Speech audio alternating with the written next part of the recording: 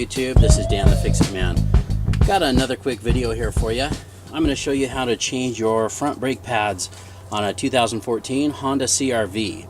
First thing I like to do is push the caliper piston back in, and there's several methods, but I like this screwdriver method where you just take a flathead screwdriver and put it in through this little opening in the caliper, and you kind of just wedge it in there between either the pad or the rotor and this caliper body, and then if you just pull that with steady pressure towards you, you'll see that caliper move.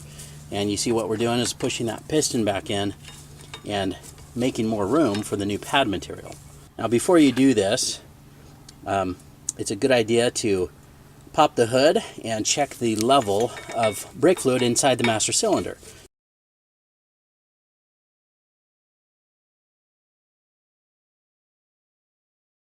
There's the fluid level down there. So we do still have plenty of room, and I'm just going to continue pushing that back in. The hydraulic fluid is just going to move backwards through the system up into this reservoir, but that's low enough to where we're not going to overflow. And I'm just kind of repositioning my screwdriver so that I can push that caliper piston all the way in. And that should be enough. Next thing we need to do is take off these two caliper bolts, and those are a 12mm socket and or wrench. And we'll just loosen and remove those.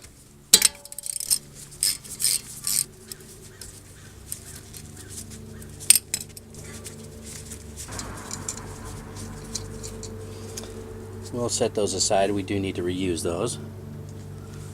And then we can carefully pull off the caliper. And in this case, I'm just going to position it right over here behind the rotor there. Okay, now you can see the pads have these little springs here which push the pads apart so that they're not riding on the rotor, and we do need to reuse those as well. They're just these little V-shaped springs, and they go in these little holes on the edge of each of the brake pads. And then we can pop out the old pads, and you can see this one was wearing on this metal tab that bends back this direction, and obviously it's broken off, and looks like we caught it right before the backing plate started hitting the rotor. So in this case, we're not going to turn the rotors. We're not going to take those off and change them. In this case, we're just going to replace the pads. Caught it just in time. So here's the outside pad. Take that off.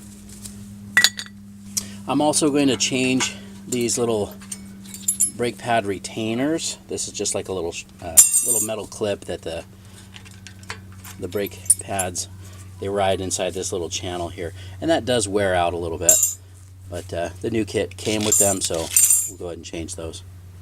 Now another thing I'd like to do is pull out these slide pins here and clean and re-grease them. Sometimes they get dirty and a little bound up in there. And then I'm going to put some new grease on here. I'm using the Sil Glide. This is really good stuff. I'll put a link in the description as well. But that, just kind of spread that around. I'm just trying to use a clean part of my glove there. And then just kind of just twist that and push that back in till it snaps. Same thing with the upper one. Just pull it out. Let's get it all cleaned off. Just a little dab or two of the Sil Glide. Spread that around on the pin. And put that in. Looks like I got a little too much there, but I'll just kind of twist it as it goes in, and that'll spread that grease around.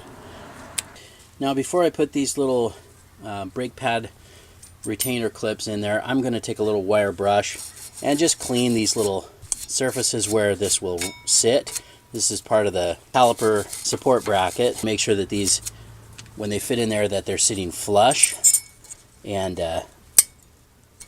if you don't clean them, sometimes if there's a lot of debris in there, the brake pads won't sit flush or like they're supposed to, and then they'll bind up a little bit. So the whole reason behind these is to give a nice smooth surface so that those pads can move back and forth without binding up.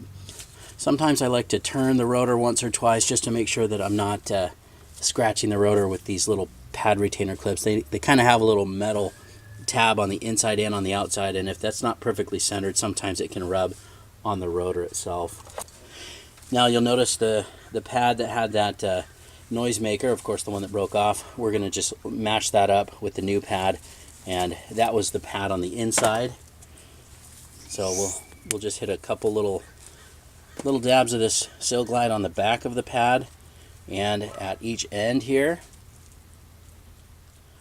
Just make sure you don't get any on the pad surface, and then we can just set those in place over here. Sometimes it helps if you start at an angle before pushing those in. Same thing with the outside pad. Just a little bit of grease on the back there and at the ends. At the ends, that helps it slide inside that little smooth metal channel there. So we'll just kind of try the same thing, just position this slightly diagonal at an angle and then press it in. And just make sure that those are both seated. Before we put the caliper back on, we can put these little springs in there. Now keep in mind, because they're pushing outward, you may have to hold the pads together with one hand while you do this. And just press those in place like so. Now we can put our caliper back on. You can see that caliper piston is pushed all the way back in. Sometimes I like to put a little bit of that brake grease on this caliper boot as well. Keeps that rubber from cracking over the years, but that one's actually not in bad shape. And we'll just pull that on. Now when you position this, you'll notice here I've got to pull on the slide pin in a little bit. Same with this other one here. And then sometimes you need to turn the slide pin. It's got this little flat spot that lines up with the little flat area on the caliper and prevents that slide pin from turning when you tighten the caliper bolts. And that's our next step. Just put those bolts back in.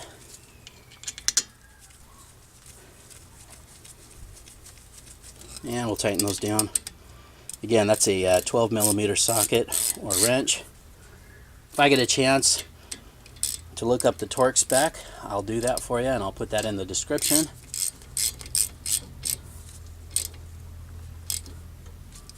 And you're done. Just remember to step on the brake pedal once or twice, which will push that caliper piston back out, which will press those pads up against the rotor where they need to be. Also remember to tighten everything per spec, and go ahead and top off the master cylinder as well. Make sure it's at the right level of brake fluid after you step on the brakes before driving off. Hope you liked the video. Please give it a thumbs up and subscribe if you don't mind. That does help me out. I'll put a link in the description to that Seal Glide and a few other parts as well. Thanks so much for watching, and good luck.